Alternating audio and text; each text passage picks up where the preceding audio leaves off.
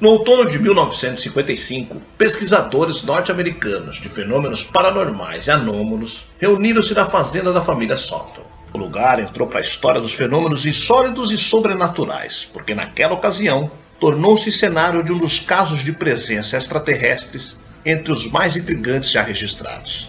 Eventos que foram confirmados por dezenas de testemunhas credíveis consistiam em ataques noturnos que foram atribuídos a homenzinhos verdes. Essas criaturas foram descritas como sendo alienígenas, com aparência de duendes, ou, segundo a explicação oficial divulgada por militares, meros macacos de circo pintados de prateado.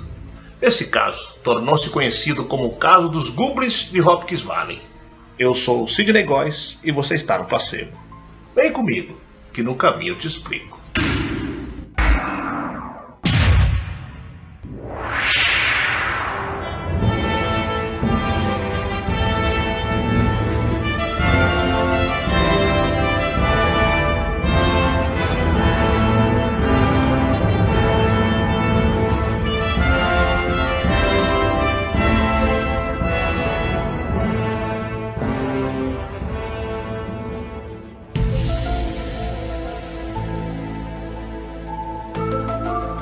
O mês de agosto de 1955 foi muito estranho para os moradores de uma pequena fazenda nos arredores das cidades de Kelly e Hopkins Valley, ambas no condado de Christian, Kentucky. Alguns moradores afirmaram ter testemunhado algo estranho, inexplicável e totalmente fora do comum. Para os membros da família Sutton, que vivia a algumas milhas de Hopkins Valley, os acontecimentos foram tão traumáticos que suas vidas foram alteradas para sempre. O incidente aterrorizante teve início na noite de 21 de agosto. Desde as primeiras horas após o anoitecer, um ruído insistente, parecido com um canto entoado numa língua desconhecida, podia ser ouvido claramente vindo da floresta que cercava a propriedade. O rumor continuou ao longo da madrugada e no início da manhã seguinte, deixando os moradores da fazenda preocupados. Durante a alta madrugada, eles também haviam percebido estranhas luzes esverdeadas que bruxaleavam a distância entre as árvores, iluminando o céu noturno. A família Sutton vivia naquelas terras há 2 gerações e jamais haviam presenciado tal coisa. Dividia a mesma casa os patriarcas Harry e Beatrice Sutton, o filho mais velho, Gerald, conhecido como JC, e sua esposa Benine, seus filhos Barry e Agatha, de 9 e 6 anos, além de seu irmão Elmer. Um amigo da família, chamado Billy Ray, estava passando os dias com eles na ocasião. Todos se reuniram na varanda, tentando compreender o que estavam ouvindo. As opiniões sobre o que representava aquele som misterioso variavam. Para Beatrice, parecia algum animal, talvez porcos do mato. JC, no entanto, estava certo que era um tipo de canto. Eles notaram que os cães não ladravam quando os ruídos se tornavam mais intensos, e que os animais, cavalos e vacas, estavam se comportando de maneira arredia. Finalmente, Elmer e Billy Ray decidiram descobrir o que estava acontecendo. Armados com espingardas de caça, os dois se embrenharam na mata seguindo uma trilha que conduzia para dentro da densa floresta por cerca de meia hora. O estranho ruído havia parado no instante em que eles colocaram os pés na floresta e o inquietante manto de silêncio parecia ter descido sobre os dois. Tudo estava muito quieto e eles não escutavam sequer os pássaros comuns na região. Próximo de uma grande árvore, os dois encontraram um monte de terra remexido com mais ou menos 30 centímetros de altura. No alto desse monte repousavam penas de pássaros, ossos de pequenos animais, folhas, pedras coloridas e outros objetos curiosos. A coisa, nas palavras de Elmer Sutton, lembrava um pequeno altar primitivo, como os que os nativos faziam séculos antes. Mas não havia índios naquela região há muito tempo. Inquietos com o que haviam descoberto, os dois concordaram que seria melhor retornar para a fazenda. Quando estavam voltando pela trilha, ouviram um silvo alto e o som de algo se aproximando em meio aos arbustos. Os dois pararam imediatamente e apontaram as armas na direção da agitação, aguardando por alguns tensos instantes. De repente, uma silhueta meio humana, de baixa estatura e fisionomia grotesca, surgiu no meio da mata, esgueirando-se atrás das árvores. A criatura pálida e com grandes olhos e orelhas se agachou a cerca de 10 metros dos dois homens e emitiu um rosnado longo, como se fosse um cão feroz. Eles perceberam que seus lábios se contorceram, mostrando presas. No momento seguinte, ele avançou correndo de 4. As espingardas trovejaram e a criatura foi lançada longe. Os dois resolveram sair dali sem olhar para trás. pois logo em seguida tiveram a enervante sensação de que eram observados. Ao sair da floresta e chegar à clareira onde ficava a fazenda, encontraram os demais membros da família preocupados. Eles haviam ouvido os disparos da espingarda. Além do mais, disseram que os 2 homens tinham saído há muito tempo, o que a dupla contestou, afirmando que ficaram fora por menos de 1 hora. Harry então disse que eles haviam saído há mais de 3 horas e que nesse meio tempo, os estranhos ruídos vindos da floresta se tornaram mais fortes, o que deixou a todos temerosos. Confusos, todos se reuniram na casa e os homens relataram o que presenciaram. Planejavam preparar uma carroça e seguir para Hopkins Valley, mas, enquanto faziam os preparativos, aquele canto bizarro tornou-se ainda mais alto, assumindo um tom de urgência. A música gutural parecia mais selvagem e próxima. Os homens da casa se armaram com as antigas espingardas de caça que mantinham na casa, algumas ainda do tempo da Guerra Civil, repartiram os cartuchos de munição e ficaram em alerta observando. Os cavalos estavam nervosos e eles duvidaram que conseguiriam atrelar arreios aos animais. A noite começou a cair, lançando sombras sobre a floresta, e quando tudo ficou escuro, o mesmo brilho bruxuleante, visto anteriormente, iluminou a noite com um fulgor sinistro. Decidiram arrastar móveis na direção de portas e janelas a fim de criar barricadas que impedissem a entrada de seja lá o que fosse. A noite estava clara, com a lua despontando alta e cheia.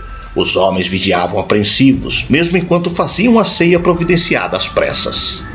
No começo da madrugada, o burburinho cessou repentinamente. Poucos minutos depois, os moradores da casa perceberam movimentos nos arredores da fazenda. Figuras atarracadas de baixa estatura, idênticas àquela alvejada na floresta, corriam pela frente da casa gritando e rosnando.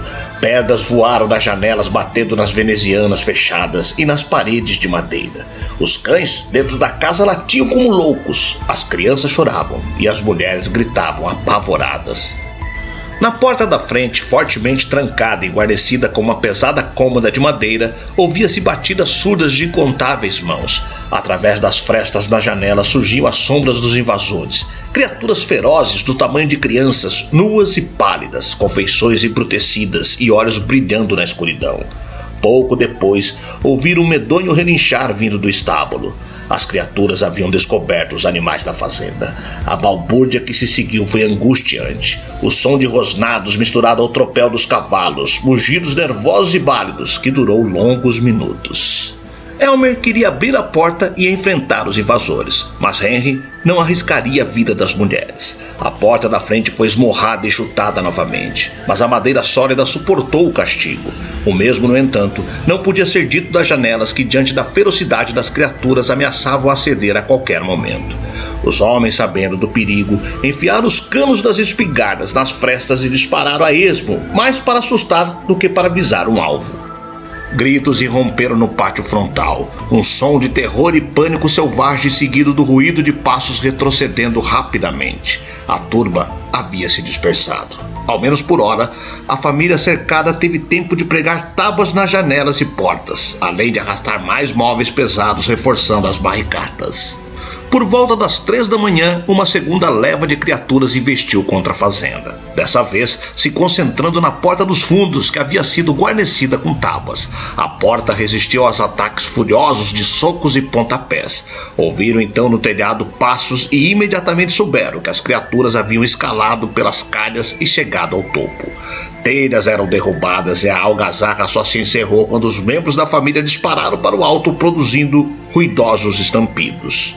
Os rosnados se multiplicaram e a porta dos fundos parecia prestes a ser posta abaixo. Billy, Ray e Gerald apontaram as armas na direção no exato momento que a porta se soltou na soleira. As armas rugiram e imediatamente alguns seres foram alvejados, mas outros tantos tomaram lugar, estendendo mãos ávidas dotadas de garras para dentro. Novos tiros foram disparados até que finalmente eles desistiram.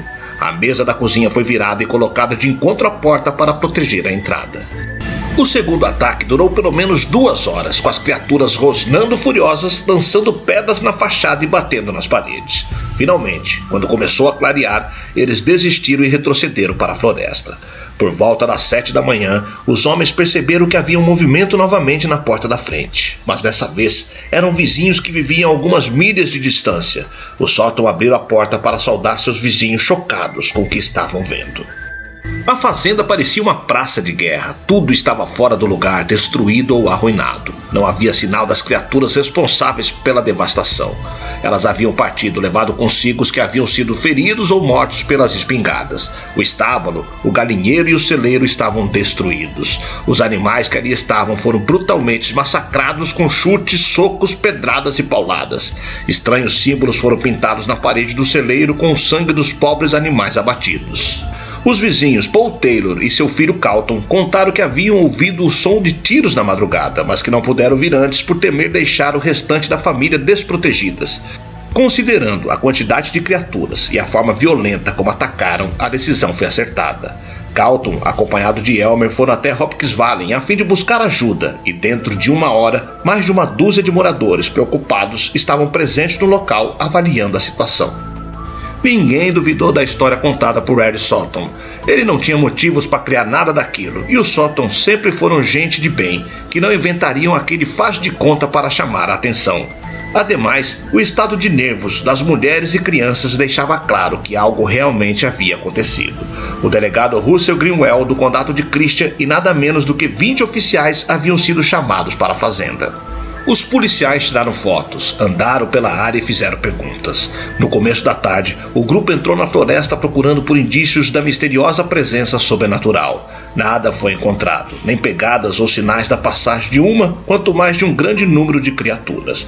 Jornais locais deram ampla publicidade ao caso e os Sutton se tornaram celebridades. As criaturas foram chamadas de Goblins de Hopkins Valley em uma reportagem do Kentucky New Era, e o nome passou a ser usado por todos. Nos dias seguintes, os habitantes de Hopkins Valley relataram que homens do governo estiveram na região, fazendo perguntas e coletando informações. Alguns deles, vindo da base aérea de Fort Campbell, teriam inclusive se identificado como membros da Força Aérea. Há boatos que membros do ultra-sigiloso projeto Livro Azul também estiveram em Hopkins Valley fazendo perguntas aos moradores. Após o incidente, os Sutton decidiram não falar mais a respeito do que havia acontecido naquela fatídica noite. A fazenda se tornou um tipo de atração turística por alguns meses, atraindo um grande número de curiosos. Incomodados com a quebra de sua rotina, os membros da família deixaram o condado de Christian, sendo acolhidos temporariamente na casa de familiares. Apenas Billy Ray continuava morando na região, afirmando categoricamente que os fatos haviam ocorrido conforme relatado. No ano seguinte, a fazenda finalmente foi vendida e os Sutton se mudaram para o oeste. A curiosa história se mantém entre os mais estranhos fenômenos forteanos já coletados, levando o número de pesquisadores ao longo dos anos a supor que o mistério dos Goblins de Hopkins Valley poderia ter alguma ligação com formas de vidas alienígenas. Embora a maneira estranha como as criaturas alegadamente se comportavam dificilmente se enquadre no perfil de visitantes extraterrestres. Especialistas em fenômenos incomuns criaram ao longo dos anos várias teorias a respeito do incidente e sobre a real natureza dos Goblins. Para alguns, eles seriam criptídeos que ainda habitavam as profundezas da floresta, enquanto para outros eram a prova de que fadas ou espíritos primevos realmente existiam, ainda que não fossem parecidos com aqueles que povoam os contos de fada. Uma das teorias mais interessantes e controversas coloca os Goblins como visitantes interdimensionais, criaturas nativas de uma outra realidade. Elas teriam invadido nosso lado cruzando uma passagem ou portão que conectou as duas dimensões temporariamente. Incapazes de viver em nossa realidade, eles teriam partido. Poderia haver realmente uma raça de estranhas criaturas humanoides ainda desconhecidas habitando as florestas do Kentucky? O caso continua atraindo especialistas em fenômenos sobrenaturais.